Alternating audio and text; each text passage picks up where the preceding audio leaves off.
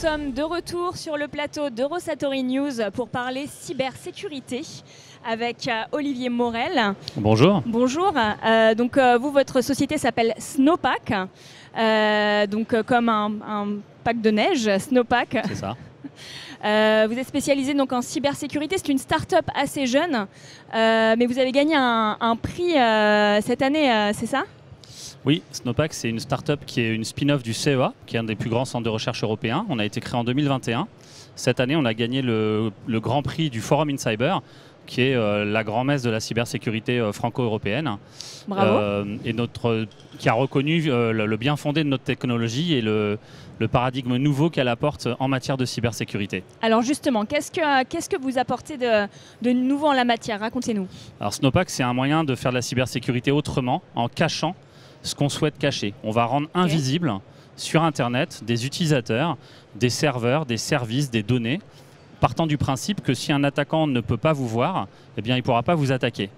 Donc c'est vraiment l'idée de « pour vivre heureux, vivons cachés ».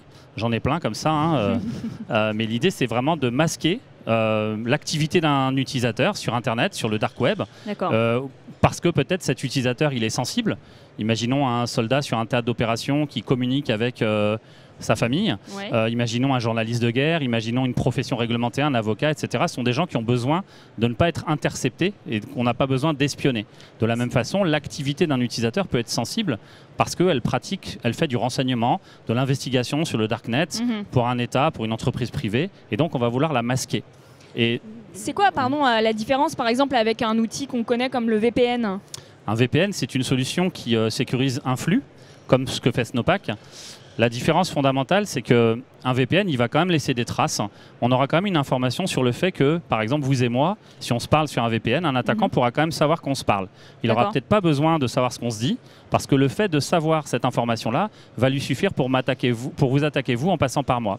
Et accessoirement, le VPN, il est tiers de confiance. C'est-à-dire qu'on a besoin de faire confiance à la technologie. Mais qui est-ce qui me garantit qu'elle n'a pas une vulnérabilité qui a peut-être été créée par un État-nation ou par un groupe cybercriminel sans même que l'éditeur soit au courant? Rien. Snowpack, c'est une technologie qui non seulement va masquer le point de départ et le point d'arrivée et rendra invisible totalement la communication entre deux utilisateurs ou entre un utilisateur et un service qu'il accède sur Internet. Mais en plus de ça, Snowpack n'est pas tiers de confiance, donc il n'y a pas besoin de nous faire confiance. Même Snowpack ne saura pas ce que vous faites sur notre technologie. Ah d'accord, ok, ouais, c'est vraiment une cape d'invisibilité numérique. C'est ça, c'est un peu, on peut faire ce parallèle avec ce magicien bien connu, sauf que là, c'est pas de la magie, il y a une techno brevetée, il y a 4 brevets internationaux dont on a l'exclusivité mondiale derrière, mais effectivement, en plus de masquer les users, les utilisateurs, on va pouvoir masquer des composants du système d'information, donc d'où l'idée de la cape, parce qu'on va cacher la surface d'attaque d'une entreprise. Donc une organisation, qu'elle soit une organisation du milieu de la défense, mais pas que, une collectivité, un hôpital, une PME, une ETI, un grand compte, ils ont des tas de choses exposées sur Internet qui sont exploitées par les attaquants parfois très sensibles pour les compromettre. Et donc les attaquants vont scanner, surveiller les systèmes d'information, trouver des signaux et les exploiter en faisant des attaques par déni de service, par exploitation de vulnérabilité, etc. Nous, Snowpack, on va cacher tout ça, ce qui fait que les attaquants ne les verront plus et ne pourront pas les attaquer. D'accord, oui, ça peut être utile aussi pour tout ce qui est réglementation, si on n'est pas, par exemple, encore tout à fait... s'il y a Alors oui, sur ce point, par exemple, en France et donc en Europe de manière générale, il y a un contexte réglementaire qui arrive sous peu. En octobre 2024, on va avoir la directive NIS 2 qui va rentrer en application et qui aura été transcrite dans le droit de chaque pays membre de l'Union européenne. Et cette directive, elle va imposer un grand nombre de mesures de sécurité à beaucoup plus d'organisations que dans sa version 1 d'il y a quelques années, en 2016. Et donc les organisations comme les collectivités, les hôpitaux, les PME, beaucoup d'entre elles vont devoir monter leur niveau de sécurité. Le problème, c'est qu'elles n'ont pas pu réaliser les mêmes investissements qu'ont fait les grands comptes du CAC 40, du SBF 120.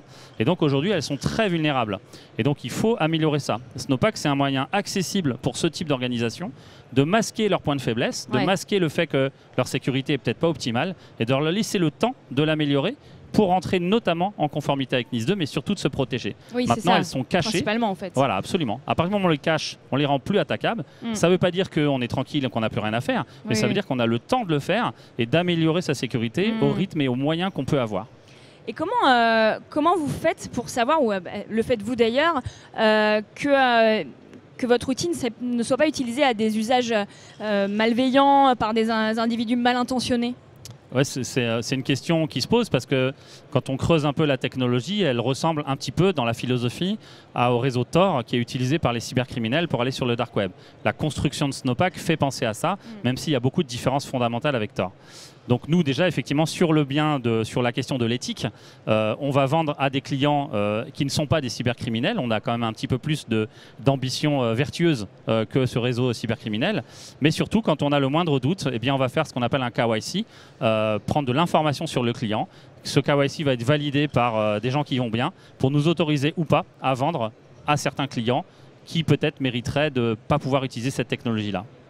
Et vous disiez que vous pouvez être accessible notamment pour des petites entreprises qui sont peut-être un peu plus faibles au niveau de la sécurité. C'est-à-dire que c'est un outil qui est pas cher, on peut dire aujourd'hui ou... Oui, nous on a pensé la technologie Snowpack pour pouvoir protéger n'importe quelle organisation, y compris des organisations comme Snowpack. Nous on est une start-up, on est 15 collaborateurs, on a des services exposés sur Internet qui sont liés à notre système d'information, on a de la propriété intellectuelle, on a un CRM, etc. etc. Et on n'a pas les moyens de mettre de pare-feu en entrée de réseau, un XDR, de l'authentique multifacteur, etc. Donc on doit pouvoir utiliser Snowpack pour un coût très raisonnable pour une organisation comme la nôtre, au même titre qu'une grande organisation va peut-être utiliser Snowpack pour protéger certains assets spécifiques ou certains users spécifiques. Donc on a vraiment une capacité à adresser aussi bien les petits que les gros. Mais pour les petits, c'est intéressant parce que la techno est très simple à mettre en œuvre et très rapide à mettre en œuvre pour pas grand-chose. Vous êtes assez jeune, hein, vous êtes une start-up. J'imagine que vous êtes peut-être en pleine levée de fonds. C'est pour ça que vous êtes ici aujourd'hui sur Eurosatori. Alors on est là parce que effectivement les premiers clients de Snowpack, du fait de notre technologie qui était associée quasiment à une techno militaire, c'était quand même des gens du renseignement, de la threat intelligence, de l'investigation sur le darknet, etc. On a vraiment évangélisé et ouvert la technologie au monde du B2B pour adresser le monde de l'entreprise. Et effectivement maintenant on est dans une dynamique de croissance forte avec des recherches de clients évidemment, de partenaires pour signer ces clients ensemble et aussi d'investisseurs. Est-ce qu'on est en train de faire une levée de fonds qui va nous aider à déployer notre technologie dans le monde entier et puis à booster l'activité commerciale entre autres et l'activité R&D. Vous êtes ouvert aussi aux clientèles étrangères, j'imagine. Là, vous avez beaucoup de clients en France. Comment voilà, quel est le paysage un petit peu Ouais, on a dans notre jeunesse, on a quand même une stratégie d'aller sur l'international assez rapidement. La technologie, bien que française, souveraine, nous on est issu des laboratoires du CEA et elle est brevetée. On a quand même elle est prête internationalement parlant. C'est-à-dire qu'on peut adresser n'importe quel client. On a besoin d'étendre encore le réseau à l'échelle internationale. Aujourd'hui, on est présent majoritairement en Europe, mais ça va venir avec la levée que j'évoquais juste avant. Mais il n'y a rien qui freine à vendre cette technologie-là à l'international, et c'est ce qu'on souhaite faire assez rapidement. Ouais. Donc c'est votre première fois, je suppose, ici sur Eurosatori. En tant qu'exposant, oui, c'est ça. On était là en tant que visiteur les années d'avant. On a fait d'autres salons sur cette thématique-là, mais effectivement, oui, c'était notre première édition.